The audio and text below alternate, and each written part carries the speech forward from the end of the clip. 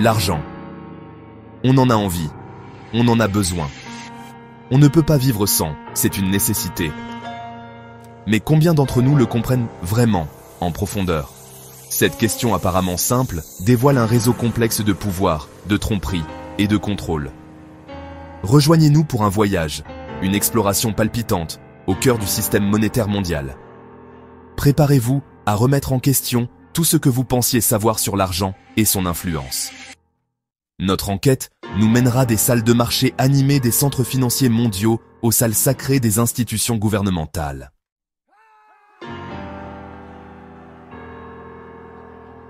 Nous allons plonger au cœur de l'histoire de l'argent, retraçant son évolution depuis les anciens systèmes de troc jusqu'aux monnaies numériques d'aujourd'hui.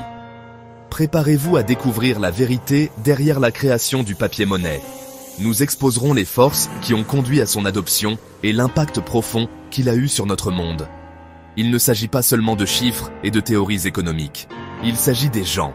Il s'agit des millions de personnes dont la vie est façonnée par un système qu'elles comprennent à peine. Ensemble, nous allons décortiquer les couches de complexité, révélant les vérités cachées qui sous-tendent notre système financier mondial.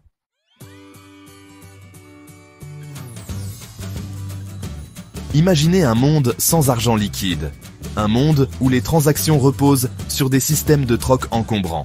Cela semble archaïque, presque inimaginable dans notre société moderne. Pourtant, pendant des siècles, ce fut la réalité. Les pièces d'or et d'argent, leur poids témoignant de leur valeur, servaient de principaux moyens d'échange.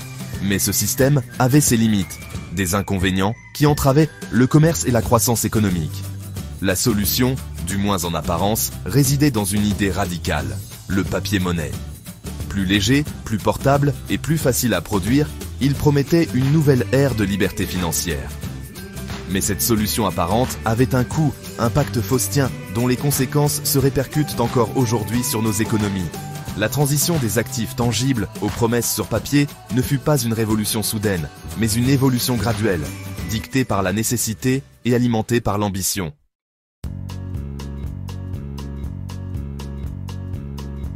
Les premières formes de papier-monnaie sont apparues en Chine, où les marchands utilisaient des billets à ordre comme alternative pratique aux lourdes pièces de cuivre. Cette innovation, adoptée pour son côté pratique, a jeté les bases d'une révolution monétaire. En Europe, le concept de papier-monnaie s'est imposé au XVIIe siècle, alimenté par l'essor de puissantes institutions bancaires. Ces institutions, à qui l'on confiait l'or du peuple, ont commencé à émettre des reçus en papier qui pouvaient être échangés contre leur valeur équivalente en métaux précieux. Ces premiers billets de banque, garantis par la promesse d'être convertis en or, ont été acceptés comme un moyen d'échange fiable. Mais l'attrait du profit s'est avéré trop tentant pour y résister. Les banques, réalisant le pouvoir qu'elles détenaient, ont commencé à émettre plus de billets que leurs réserves d'or ne pouvaient en garantir. Un pari qui allait modifier à jamais le paysage financier.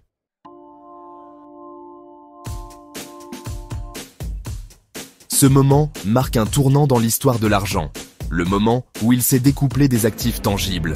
N'étant plus une simple représentation de l'or, le papier-monnaie s'est transformé en un symbole de confiance, sa valeur dépendant de la stabilité perçue de l'autorité émettrice. Cette confiance, cependant, n'était pas toujours fondée. L'histoire regorge d'exemples de crises financières déclenchées par l'effondrement de banques et la dévaluation des monnaies. Chaque crise a servi de rappel brutal de la fragilité de ce système basé sur le papier. Pourtant, malgré ses vulnérabilités inhérentes, l'utilisation du papier-monnaie s'est répandue, poussée par les exigences de l'industrialisation et du commerce international. Les gouvernements, reconnaissant le potentiel de contrôle, ont progressivement affirmé leur domination sur le système monétaire. Les banques centrales ont émergé comme les gardiennes de ce nouvel ordre, chargées de gérer la masse monétaire et d'assurer la stabilité économique. Mais comme nous le découvrirons, cette concentration du pouvoir s'accompagnait de ses propres risques et d'intentions cachées.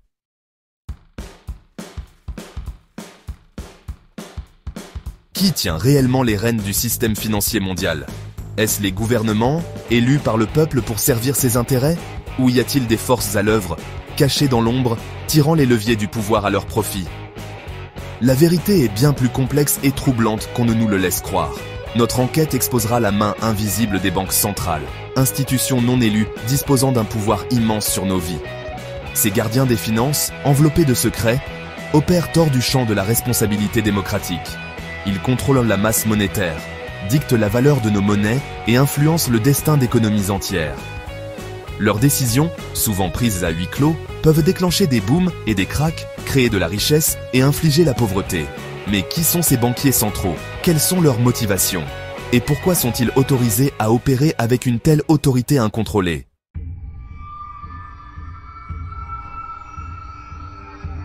La réponse, comme nous le découvrirons, réside dans un réseau complexe d'événements historiques, de manœuvres politiques et d'idéologies économiques.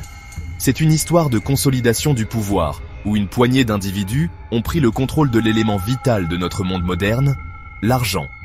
Nous retracerons l'essor des banques centrales depuis leurs origines en Europe, au XVIIe siècle, jusqu'à leur domination actuelle du système financier mondial. Nous exposerons l'influence de puissants individus et familles qui ont façonné ce système à leur avantage, souvent aux dépens du plus grand nombre. Préparez-vous à être choqués lorsque nous révélerons les liens entre les banques centrales, les gouvernements et les multinationales. Découvrez comment ces entités s'entendent pour maintenir leur emprise sur le pouvoir, manipulant les marchés et exploitant les failles pour s'enrichir. Les preuves sont irréfutables. Le système financier mondial n'est pas un arbitre neutre, mais un jeu soigneusement construit, truqué en faveur de ceux qui en contrôlent les règles.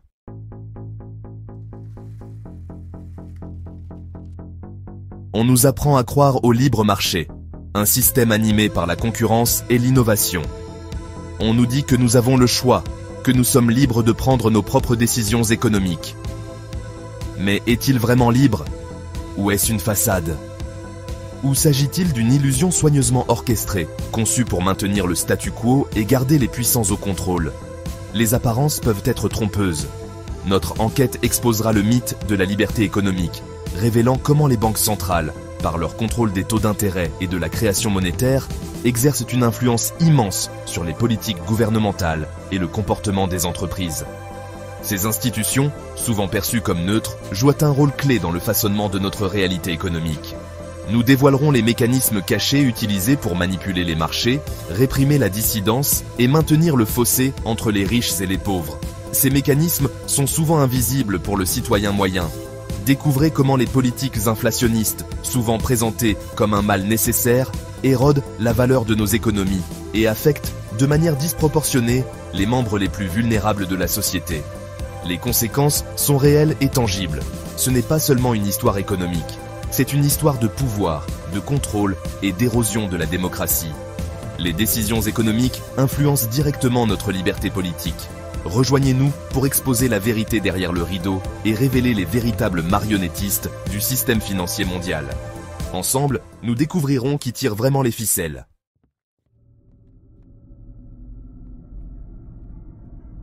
La suppression de l'information n'est pas l'œuvre de quelques acteurs isolés. C'est un problème systémique, profondément ancré dans les couloirs du pouvoir.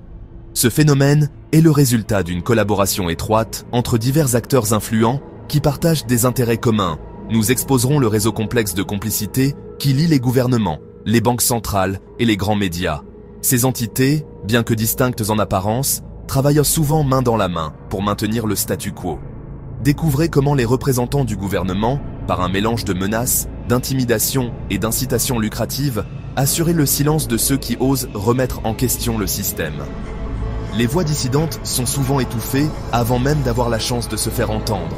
Nous révélerons les va-et-vient entre les agences gouvernementales et le secteur financier, démontrant comment cette relation étroite favorise une culture d'impunité.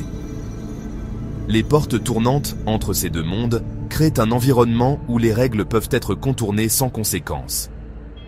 Les grands médias, souvent présentés comme les chiens de garde de la démocratie, jouent un rôle crucial dans la perpétuation du mythe d'un système financier juste et stable. En réalité, ils sont souvent complices de la désinformation. Nous exposerons comment les conglomérats médiatiques, redevables à leurs sponsors et influencés par la pression gouvernementale, privilégient souvent le profit à la vérité, censurant les voix critiques et minimisant les risques systémiques. Cette dynamique crée un environnement où la vérité est souvent sacrifiée sur l'autel du profit. Ce n'est pas une théorie du complot, c'est la réalité d'un système conçu pour protéger les intérêts des puissants. En fin de compte, ce sont les citoyens ordinaires qui en paient le prix.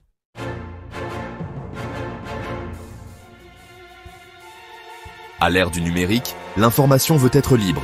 Les données circulent à une vitesse sans précédent et les idées se propagent comme jamais auparavant.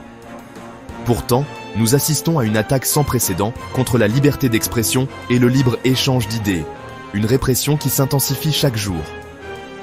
En particulier, lorsqu'il s'agit de remettre en question le statu quo financier. Les voix dissidentes sont systématiquement réduites au silence.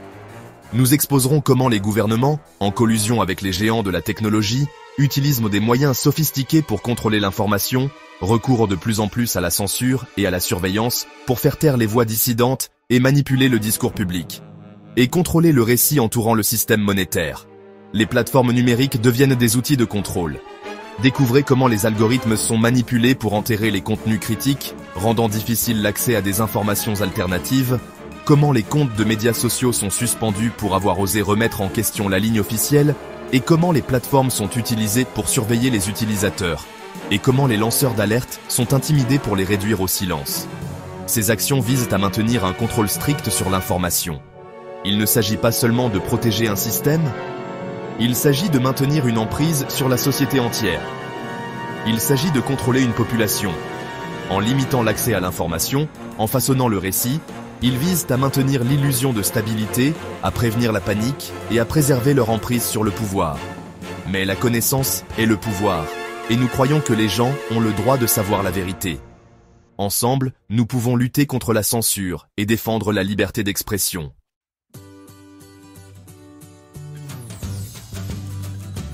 Ouvrez vos portefeuilles et sortez un billet de banque. Examinez-le attentivement.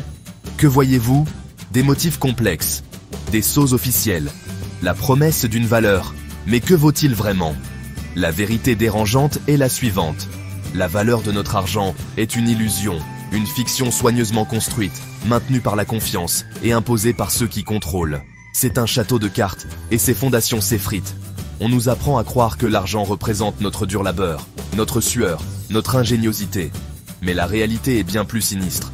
Notre argent est créé à partir de rien, conjuré par un processus connu sous le nom de réserve fractionnaire.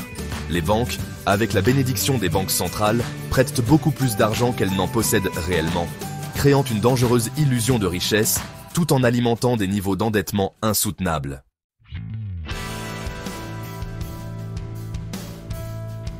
Ce système est intrinsèquement truqué, conçu pour profiter à ceux qui créent et contrôlent la masse monétaire.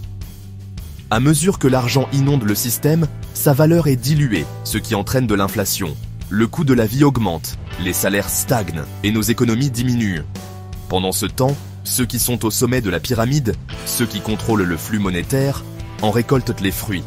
Ils sont les premiers à accéder à l'argent nouvellement créé, ce qui leur permet d'acheter des actifs à des prix gonflés et d'accroître l'écart de richesse. C'est un cercle vicieux, un jeu de chaises musicales financier où la musique s'arrête toujours en laissant la majorité debout, avec du papier sans valeur entre les mains. On nous dit que l'inflation est un élément naturel d'une économie saine. Et si ce n'était pas le cas? Et s'il s'agissait d'une politique délibérée, d'une taxe silencieuse sur les pauvres et la classe moyenne, d'un mécanisme de transfert de richesse vers le haut?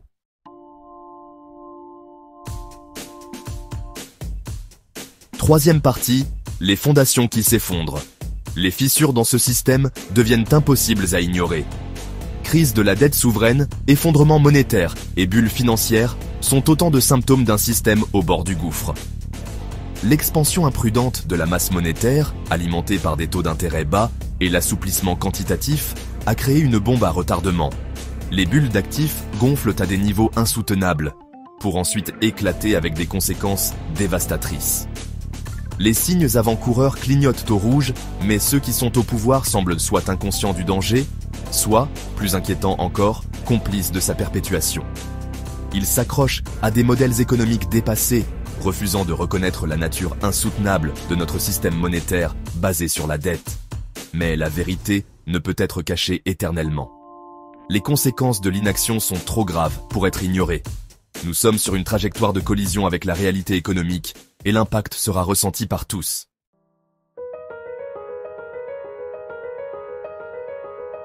Première partie, le fantôme de l'or. Pendant des siècles, l'or a occupé une place vénérée dans le système monétaire mondial. C'était l'encre, le socle de la valeur, un actif tangible qui inspirait confiance dans les monnaies papier. Mais quelque chose a changé au XXe siècle. Le lien entre l'or et l'argent a été rompu, d'abord progressivement, puis définitivement. Cette séparation a marqué un tournant profond, un pari aux conséquences inconnues. On nous dit que l'étalon or était dépassé, une relique d'une époque révolue. Mais l'était-il vraiment? Ou était-ce une menace pour ceux qui cherchaient à contrôler les leviers de la finance, pour ceux qui profitaient de la création d'argent à partir de rien?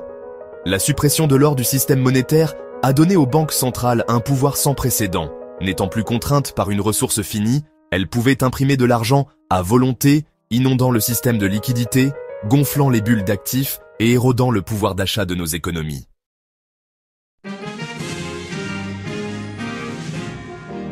Deuxième partie, noyés dans les liquidités.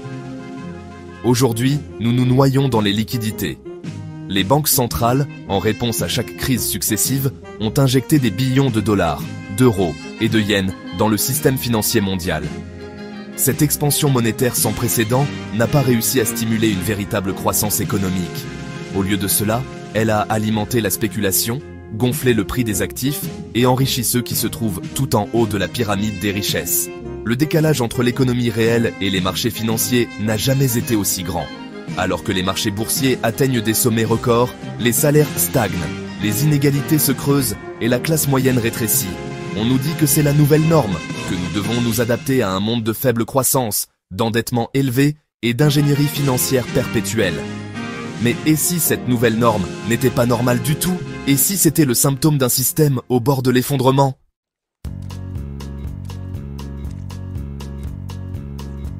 Première partie, le dévoilement. Le système monétaire, autrefois enveloppé de mystère, est désormais exposé. Nous avons jeté un coup d'œil derrière le rideau, révélant les leviers du pouvoir, les illusions de la valeur et le potentiel d'un effondrement catastrophique. Ce n'est pas le moment de se reposer sur ses lauriers. Les choix que nous faisons aujourd'hui détermineront l'avenir de nos économies, de nos sociétés et de notre mode de vie. Nous devons exiger la transparence de nos élus, la responsabilité de nos institutions financières et la liberté d'information de ceux qui contrôlent le flux de l'information. Nous devons nous éduquer et éduquer nos enfants sur la véritable nature de l'argent, nous donnant les moyens de prendre des décisions éclairées sur notre avenir financier. Le temps de l'ignorance est révolu. C'est le dévoilement. La vérité est là, dehors. Le pouvoir de changer le système est entre nos mains collectives. Merci d'avoir regardé la vidéo. N'hésitez pas à vous abonner et à liker la vidéo pour le référencement. Merci et à bientôt pour une nouvelle vidéo.